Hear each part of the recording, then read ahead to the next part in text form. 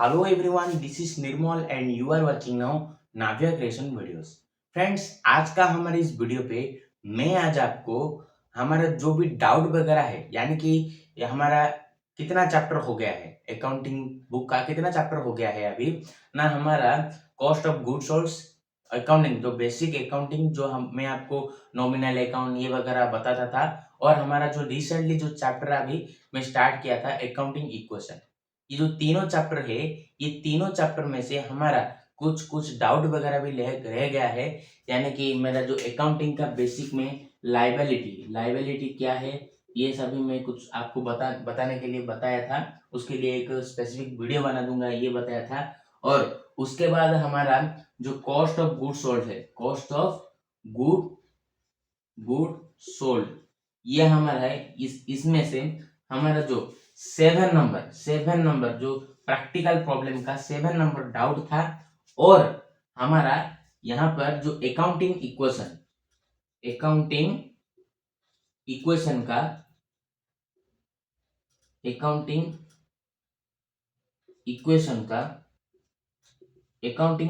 का जो हमारा अभी अभी मैंने आपको प्रीवियस वीडियो पे अकाउंटिंग इक्वेशन का 11 नंबर से लेकर 16 नंबर तक खुद करके दिया था, और पीछे आपको क्वेश्चन शेयर कर दिया था। और अभी तक तो मुझे टेलीग्राम चैनल पे मैसेज नहीं आया है, फिर भी मैं भी 11 नंबर से लेकर 16 नंबर तक एनालाइज किया थोड़ा। मेरा तो 11 नंबर हो गया, 12 नंबर भी हो गया, लेकिन 13 नंबर से लेकर हमारा 16 नंबर में नहीं देखा है, 15 नंबर तक मेरा डाउट रह जाता है।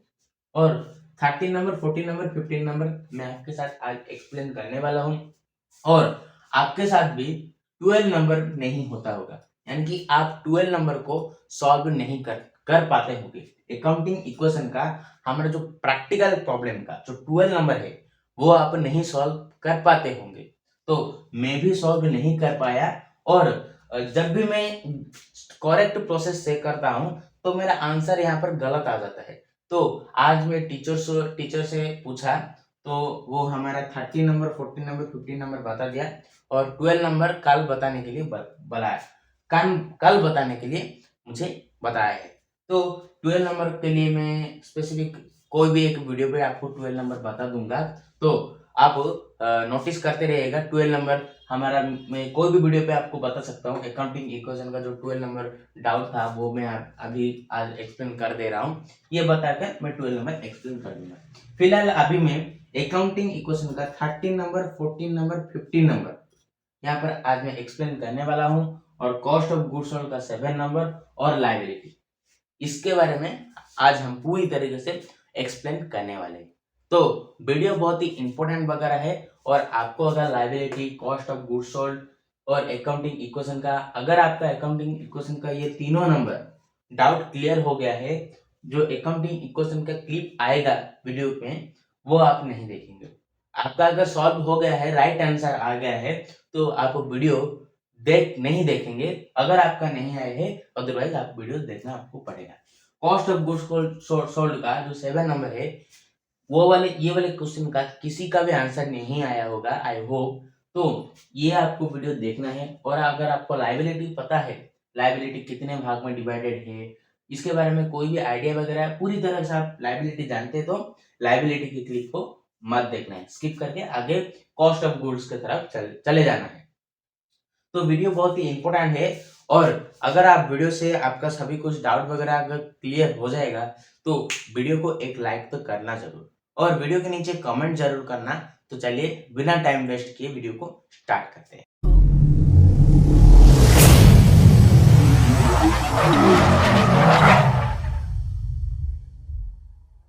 लायबिलिटी एक्चुअली क्या है, हम लायबिलिटी से यहाँ पे शुरू करेंगे।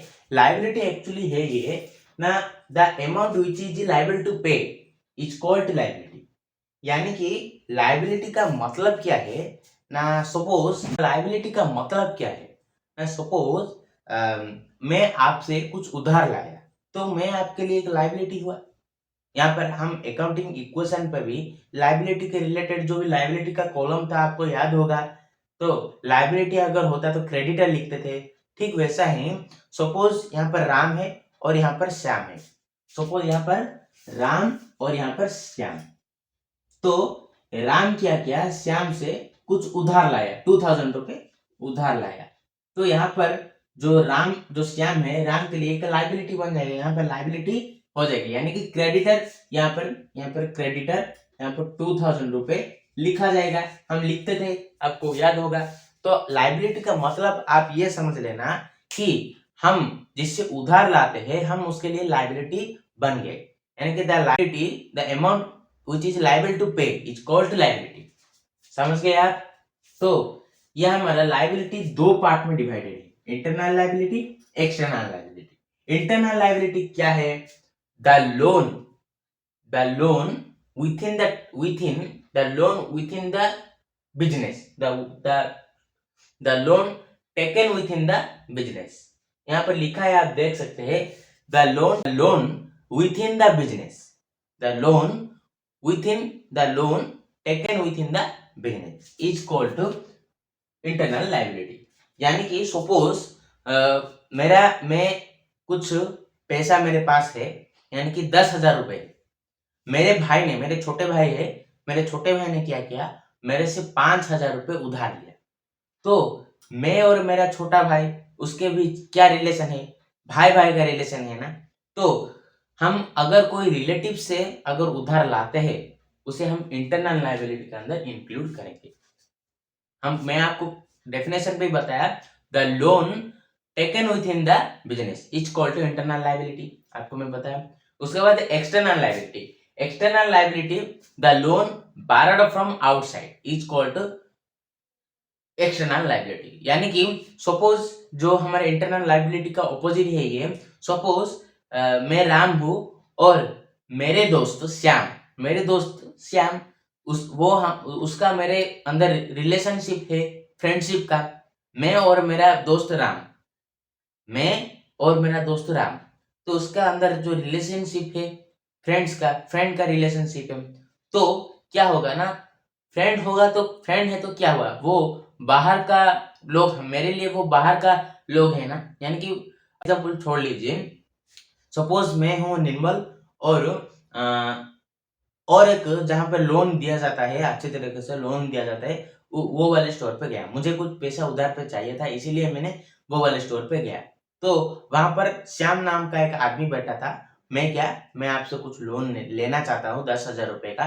तो वो बाहर का जो आदमी था ना, बाहर का पर्सन था, मैं उसे बाहर का पर्सन के हिसाब से मैं उनसे लोन लिया। तो उसका मेरे कोई भी रिश्ता नहीं था, फिर भी मैं उससे लोन लाया। तो ये होता है हमारा एक्सटर्नल लायबिलिटी। इंटरनल लायबिलिटी क्या है? हम अगर कोई रिलेटिव से अगर पैसा उधार लाते हैं, उसे इंटरनल लायबिलिटी के अंदर इंक्लूड करेंगे। और एक्सटर्नल लायबिलिटी क्या है? अगर हम कोई बाहर के आदमी से अगर लोन लाते हैं, तो हम उसको एक्सटर्नल लायबिलिटी बोलते हैं। यहाँ पर आपको पूरी तरीके से लायबिलिटी समझ में आ गया। आपको पूरी तरीके से यहाँ पर लायबिलिटी समझ में आ गया होगा। मैं यहाँ पर आपको गारंटी के साथ भी बताता हूँ, लायबिलिटी आपको पूरा समझ में आ गया होगा। समझ गए आप? लायबिलिटी पूरा समझ गए। अगर आपको लायबिलिटी के रिलेटेड कोई भी डाउट वगैरह है, तो नीचे मुझे कमेंट पे या टेलीग्राम चैनल पे मुझे मैसेज कीजिए। तो लायबिलिटी का डाउट यहाँ पर क्लियर हो गया। उसके बाद हम जाते हैं यहाँ पर जो कॉस्ट ऑफ गुड्स सोल्ड का जो क्वेश्चन था, डाउट क्वेश्चन, जो 7 नंबर क्वेश्चन डाउट था, वो हम अभी डिस्कशन करेंगे। तो क्वेश्चन को देखिए थोड़ा, यहाँ पर क्वेश्चन यहाँ पर शो हो रहा है, यहाँ पर देखिए कॉस्ट ऑफ गुड्स सोल्ड का जो हमारा जो 7 नंबर का सॉल्यूशन मैंने बोर्ड पे कर दिया है। क्वेश्चन को थोड़ा देखिए फ्रेंड्स, एक कंपनी था और वो कंपनी में कितना इनकम हुआ, कितना गेन हुआ, क्या सभी कुछ ट्रांजेक्शन वगैरह दिया गया है। यानी कि हमें बोला गया है कि वो कंपनी का जो मर्चेंडिस कॉस्ट, ग्रॉस प्रॉफिट और हमारा नेट प्रॉफिट हमें निकालने के लिए बोला गया है। क्या हमारा जो मर्चेंडाइज कॉस्ट का मतलब है जो हमारा कॉस्ट ऑफ गुड्स सोल्ड, और ग्रॉस प्रॉफिट, नेट प्रॉफिट निकालने के लिए बोला गया है। सिंपल यहाँ पर देखिए, यहाँ पर एक को पढ़िए। Purchase for 3 article 50,000, freight 3,000, local taxes local taxes का मतलब क्या जानते हैं? फ्रेट का मतलब क्या जानते हैं ना? डायरेक्ट एक्सपेंसेस में हमारा इनवर्ड फ्रेट और आउटवर्ड फ्रेट आया है, यानी कि एग्जाम्पल है उसका। मैंने आपको प्रीवियस वीडियो में बताया था, प्रीवियस वीडियो नहीं, कॉस्ट ऑफ गुड्स सोल्ड का वीडियो पे बताया था।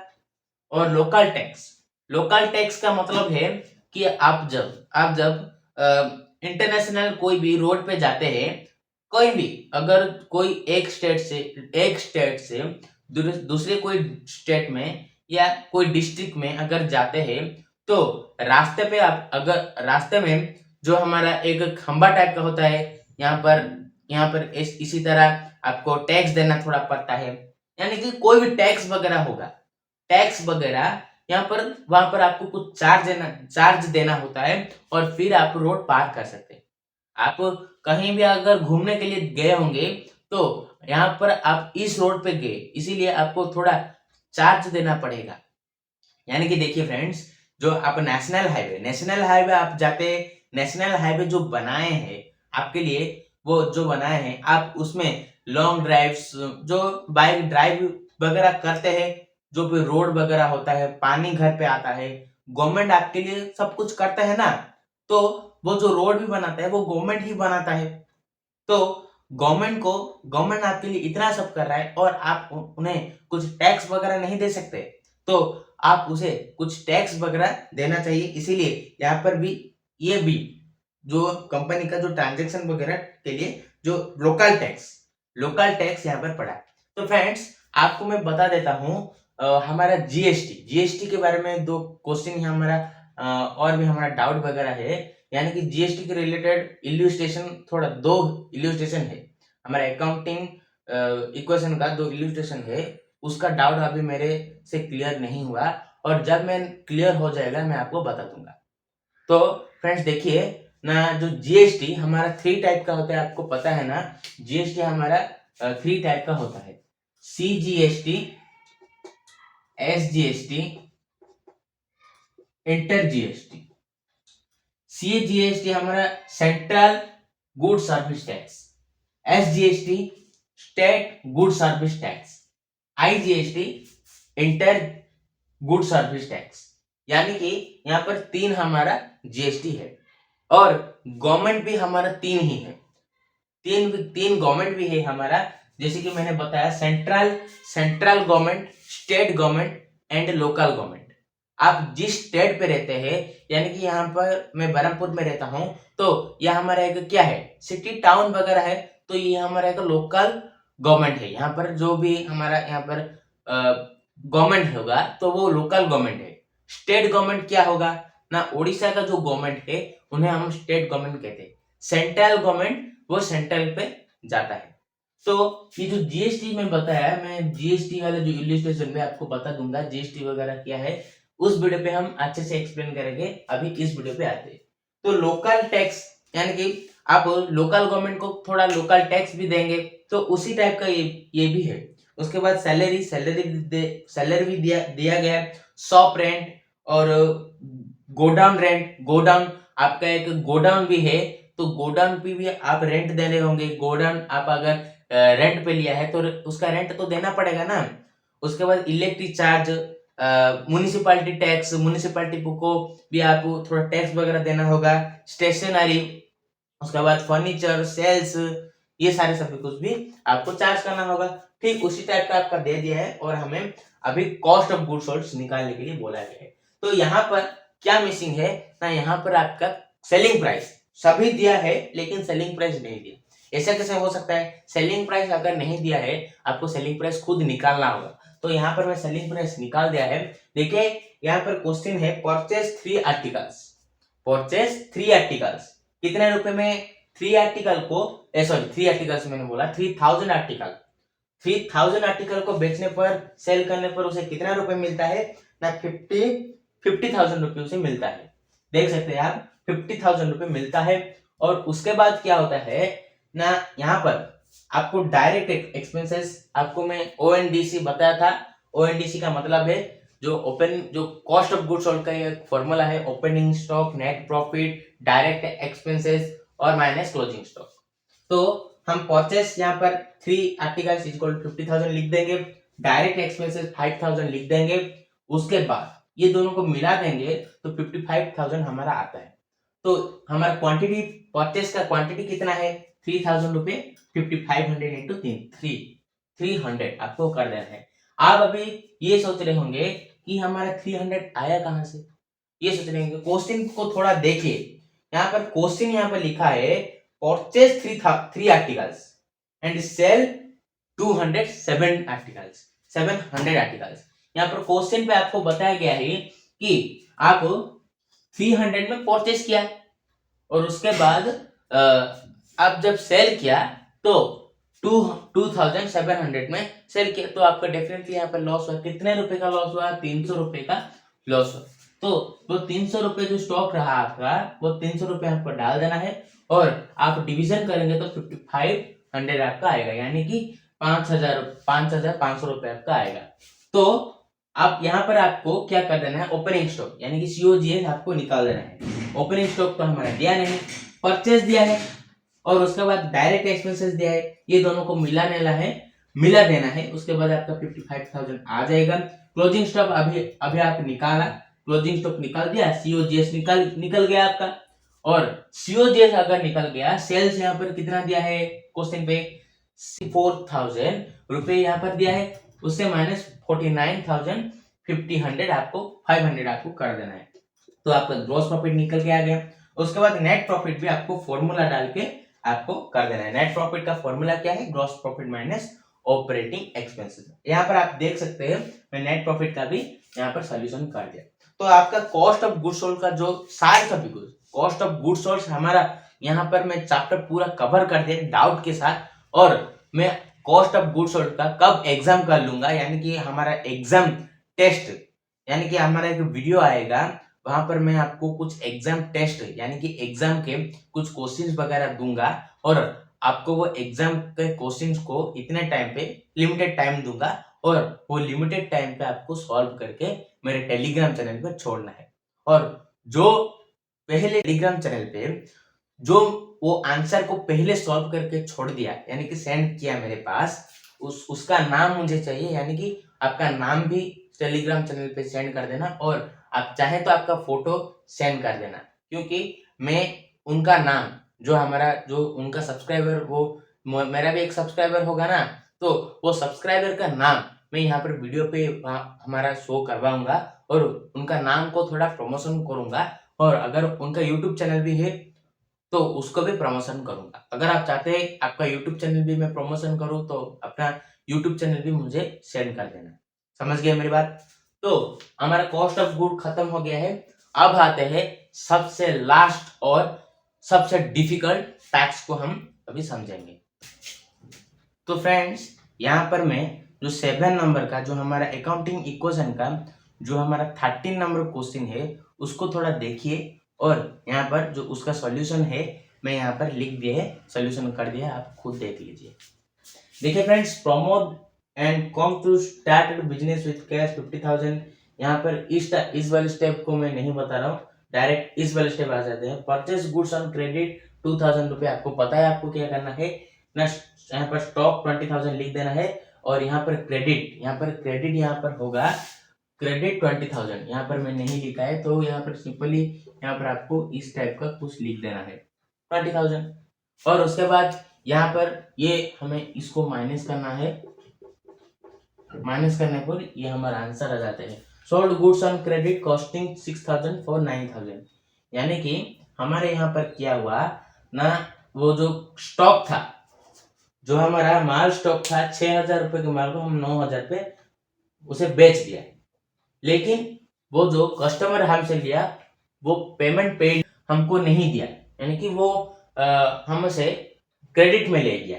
तो यहाँ पर डेट और क्रेडिट होगा 9,000 का, कैश नहीं आया है तो कैश यहाँ पर चेंज नहीं होगा, स्टॉक यहाँ पर कम हो जाएगा और यहाँ पर टोटल यहाँ पर अमाउंट आ जाएगा। उसके बाद withdrawal cash for personal use 1,000 रुपए उसमें निकाल दिया। टोटल यहाँ पर आपको इस टाइप का कुछ कर देना है। और उसके बाद यहाँ पर विड्रॉल, फ्रेंड्स इसके बाद क्या हुआ ना, withdrawal cash for personal use 1,000 रुपए, यहाँ पर 1,000 रुपए उसे निकाल लिया। और उसके बाद क्या होगा तो आपको पता है। उसके बाद विड्रॉल गुड्स फॉर जो daughter's marriage costing equal to 4,000 रुपये, यानी कि उनका जो उनका जो सन था, यानी जो प्रमोद कुमार, यानी कि जो उनका नाम होगा, उनका एक डॉटर, यानी कि उनका शादी का सीजन था, उनका डॉटर का शादी था, तो उसके लिए वो क्या किया ना, 4,000 रुपये अपने जो को केस से निकाल दिया। उन्हें कोई पर्सनल यूज के लिए चाहिए था तो निकाल दिया। तो इतना आपका हुआ 68,000, ये इस रुपये आपका हुआ कैपिटल आपका 52,000 रुपये आ गया। उसके बाद नेक्स्ट जो क्वेश्चन है उसको हम सॉल्व कर लेते हैं। बाकी का क्वेश्चन मैंने यहाँ पर लिख दिया है, आप देख सकते हैं। Purchase good for of cash 10,000, cash से 10,000 माइनस होगा और जितना था उतना, जितना यहाँ पर स्टॉक डेप्टर वगैरह था वो रह जाएगा, प्लस होके यहाँ पर आ जाएगा। क्रेडिट जितना था उसमें से कैपिटल निकाल दिया। पेड फॉर ऑफिस एक्सपेंसेस 1,500 रुपए, यहाँ से 1,500 रुपए लेस हो गया। और यहाँ पर ऑफिस एक्सपेंसेस यानी कि और भी यहाँ स्टॉक से माइनस भी हो रहा है, मैंने ध्यान में आपको नहीं बताया, स्टॉक से माइनस हो रहा है और टोटल यहाँ पर आया। उसके बाद स्टॉक से परचेज गुड 10,000 ना, स्टॉक से प्लस हुआ है यहाँ पर 14,000, तो यहाँ पर 24,000 हो जाता है। उसके बाद टोटल यहाँ पर निकलता है, क्रेडिट यहाँ पर दोनों माइनस हो जाता है और यहाँ पर निकल जाता है आपका कैपिटल। उसके बाद सोल्ड गुड्स फॉर कैश 10,000 रुपए 8, यानी कि यहाँ पर जो हमारा 8,000 रुपए, यानी कि हमारा क्या हुआ, sold goods for cash costing rupees 8,000 रुपए, लेकिन यहाँ पर जो 18,000 रुपए, यानी कि 8,000 रुपए वो लॉस होता है यहाँ पर, तो 8,000 रुपए सीधा यहाँ पर आपको प्लस कर देना है और यहाँ पर कॉस्ट स्टॉक से यहाँ पर माइनस होगा, डेटर यहाँ पर जैसा का वैसा रह जाएगा, प्लस कर देंगे, क्रेडिट निकाल देंगे। और 50,000 था आपका, 3,000 रुपए लॉस हो गया, तो यहाँ पर 3,000 रुपए लॉस करके।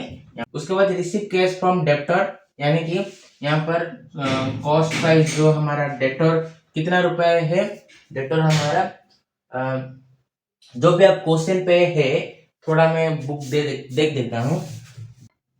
तो डेटर हमारा जो है कि 5,000 रुपए है, क्या है कि 5,000 रुपए, यहाँ से मैं इसको ऐड कर लिया।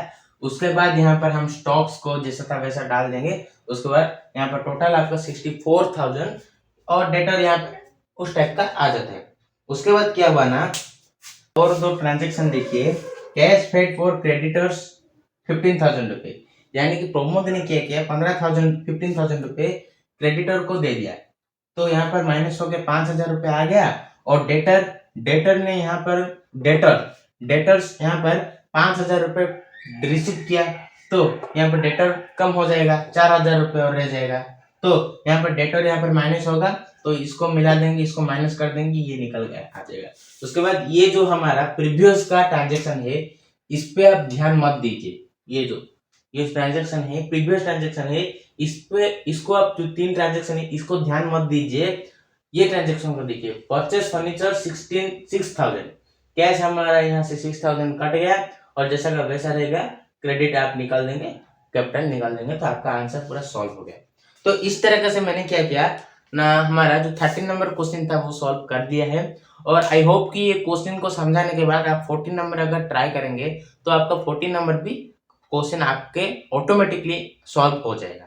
आप थोड़ा सा दिमाग को घुमाए, क्योंकि मैंने यहाँ पर सारे डाउट्स को क्लियर करने का जो आपसे वादा किया था, यानी कि उसके ऊपर वीडियो बनाया था, तो आपको मैं नहीं तो सारे डाउट्स अगर बता दूंगा तो आप क्या सोचेंगे, आप क्या करेंगे।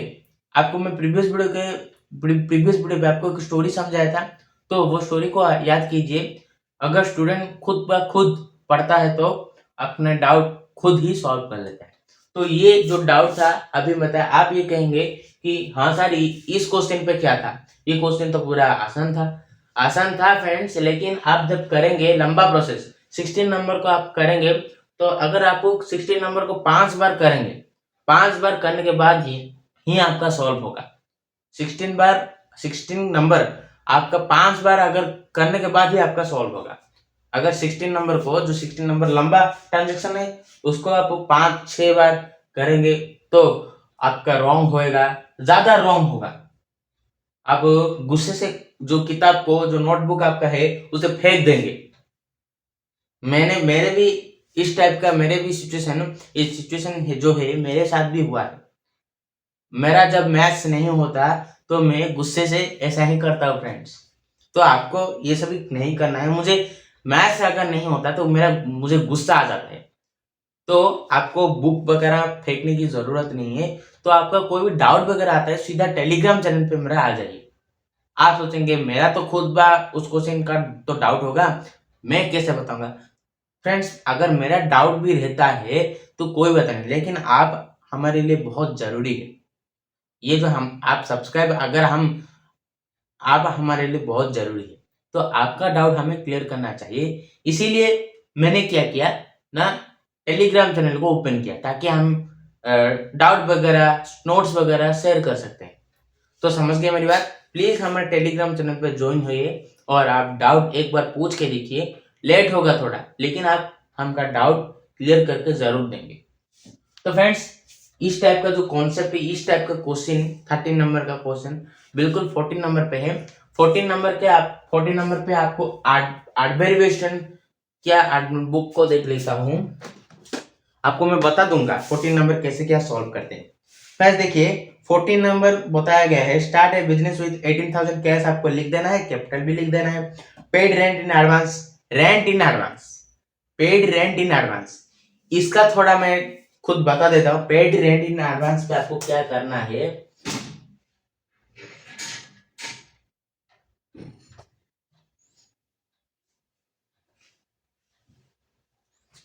पेड रेंट इन एडवांस का मतलब आप कैसे करेंगे ना, पेड रेंट इन एडवांस पे आपका जरूर से जरूर कंफ्यूज होंगे। तो पेड रेंट इन एडवांस पे आप क्या करेंगे, तो सपोज जो ट्रांजेक्शन आपको समझ में नहीं आती वो ही आपको बता दो। तो सपोज यहाँ पर पेड रेंट इन एडवांस लिखा है, आप समझ लीजिए पेड रेंट इन एडवांस 400 रुपए यहाँ पर लिखा है। आपको मैं एग्जांपल बता रहा हूँ।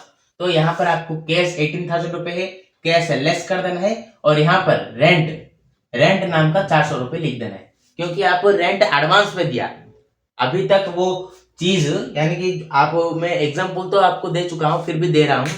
आप मेरे से पेन क्रेडिट पे खरीदे, पैसा नहीं दिया और फिर भी एसेट मेरे से ले लिया, तो यहाँ पर दोनों चीज आपके पास रह गया।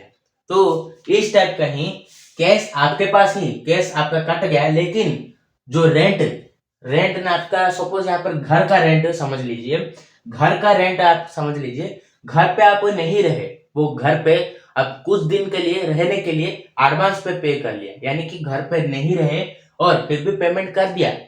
यानी कि वो पेमेंट जो एसेट पे रहने का, वो एसेट आपके लिए कुछ दिनों के लिए, वो एसेट आपका कुछ देने के लिए आपके लिए होने वाला है। यानी कि सपोज मैं एक होटल पे जाता हूँ, होटल पे एडवांसली 50,000 रुपए पेमेंट कर लेता हूँ, 50,000 नहीं 20,000 रुपए पेमेंट कर लेता हूँ और 5 या 10 दिन के लिए वो होटल का जो रूम है मेरा है, ये बता देता हूँ। तो वो होटल मैनेजमेंट हाँ आपका है, आप पेमेंट किया है तो आपका है, तो बोल देता है। ठीक उस टाइप का ही आप उस होटल या कोई भी घर पे नहीं रहा, उस एसेट को यूज नहीं किया, फिर भी आप एडवांसली पेमेंट कर दिया, तो आपको वो एसेट इतने दिनों तक यानी कि लिमिटेड जो यूज करने के लिए दिया गया है, उस टाइप में आप समझ गए होंगे। आपको यहाँ पे लिख देना है, यानी कि वो एसेट आपके पास है। उसके बाद यहाँ पर परचेस गुड्स ऑन क्रेडिट, यहाँ पर और भी सभी कुछ है ट्रांजेक्शन वगैरह, और आई होप कि ये सभी ट्रांजेक्शन आपको समझ में आता रहेगा होगा, यानी कि आता होगा। ये सारे ट्रांजेक्शन मैंने आपको वीडियोस पे बताया है और ज्यादा मेहनत करके भी आपको समझाया है ये ट्रांजेक्शन वगैरह आपको कैसा करना है। ये ट्रांजेक्शन आप खुद कर लेंगे। और ये जो 14 नंबर में आपका यही जो प्रॉब्लम था, यानी कि पेड रेंट इन एडवांस, इसमें ही थोड़ा प्रॉब्लम वगैरह था और वो प्रॉब्लम मैं अभी सॉल्व कर दिया। उसके बाद 15 नंबर आते हैं। 15 नंबर पे आपका क्या है, commenced business with cash 15,000 और परचेस गुड्स फॉर कैश इतना, और sold goods for cash, bought furniture, bought refrigerator, wages outstanding. Simple है भाई, 15 नंबर भी सिंपल है, आपका 15 नंबर भी आंसर आ जाएगा। लेकिन 16 नंबर को थोड़ा देखते हैं। 16 नंबर मैं भी नहीं किया, उसके बारे में मैं भी नहीं बता सकता आई होप। तो फ्रेंड्स देखिए 16 नंबर को पढ़ लेता हूँ यहाँ पर। Shri Ram commerce to business with 15,000, paid rent in advance, इस टाइप का ये होगा। परचेस ए टाइपराइटर फॉर 7,000, उसके बाद bought furniture from Mrs Mohan furniture on credit. यहाँ पर ये जो सेंटेंस था, bought furniture from Mrs Mohan furniture on credit, यानी कि जो बिजनेसमैन जो श्री राम था वो मोहन से क्रेडिट पे फर्नीचर को लिया, तो यहाँ पर एसेट पे आपका ऐड हो जाएगा। तब उसके बाद furniture goods from Mohan for cash, purchase good from Mohan Sohan for cash, cash से माइनस होगा, और उसके बाद कैश से माइनस होगा और एसेट पे ऐड होगा। Sold goods to Shyam for cash, ये भी हो जाएगा। बॉट गुड्स फ्रॉम, ये भी हो जाएगा। और goods destroyed by fire, goods destroyed by fire, ये आपका थोड़ा डाउट वगैरह रहता है, लेकिन ये भी पूरा यहाँ पर पूरा सिंपल है। यहाँ पर साइड पर थोड़ा देखिए, कॉस्ट 500 सेल 600, यानी भी इस क्वेश्चन को आप देख के थोड़ा आइडिया आपका लग गया होगा, यानी कि कॉस्ट, एक प्रोडक्ट वो सेल किया तो 500 रुपए उस कॉस्टिंग प्राइस पड़ा, यानी कि वो प्रोडक्ट का कॉस्ट प्राइस नहीं 500 था, उसे सेल किया गया 600 में, तो यहाँ पर प्रॉफिट हुआ, उसके हिसाब से आपको करना है। Paid half the amount owed the Mohan furniture, इसमें थोड़ा समझ में नहीं आता है, तो आपका आई होप कि 16 नंबर थोड़ा डाउट वगैरह भी हो सकता है, लेकिन कोई बात नहीं। 16 नंबर का जो नोट है, यानी कि 16 नंबर आप करते वक्त कोई भी डाउट वगैरह आपका रह जाएगा, यानी कि 16 नंबर अगर आपका सॉल्व नहीं होता है तो चिंता करने की बात कुछ भी नहीं है। मैंने टेलीग्राम चैनल पे मेरा जो टेलीग्राम चैनल पे पूरा एक नंबर से लेकर जो अकाउंटिंग इक्वेशन का प्रैक्टिकल प्रॉब्लम नंबर 1 से लेकर 16 नंबर तक पूरा वहां पर एक पीडीएफ मैंने छोड़ दिया है, यानी कि सेंड अभी मैं कर दूंगा। और 16 नंबर का जो फोटो है, स्क्रीनशॉट यहाँ पर वीडियो पे मैं शो करवा दूंगा, और आप 16 नंबर को देखकर आप सॉल्व करना, यानी कि 16 नंबर जैसा है वैसा डाल दीजिएगा, ये नहीं चलेगा। 16 नंबर थोड़ा लॉन्ग है और मुझे और भी वीडियो बनाना है जर्नल के ऊपर, और भी कुछ वीडियो बनाना है, टाइम भी हो गया है, इसीलिए मैं वीडियो यहाँ पे स्टॉप कर लेता हूँ। 16 नंबर का जो नोट है मैं शो करवा देता हूँ, आप देखकर सॉल्व कीजिए थोड़ा, मैं भी खुद सॉल्व करूंगा, आप भी खुद सॉल्व करेंगे। तो चलिए वीडियो को यहीं पे रुकते हैं।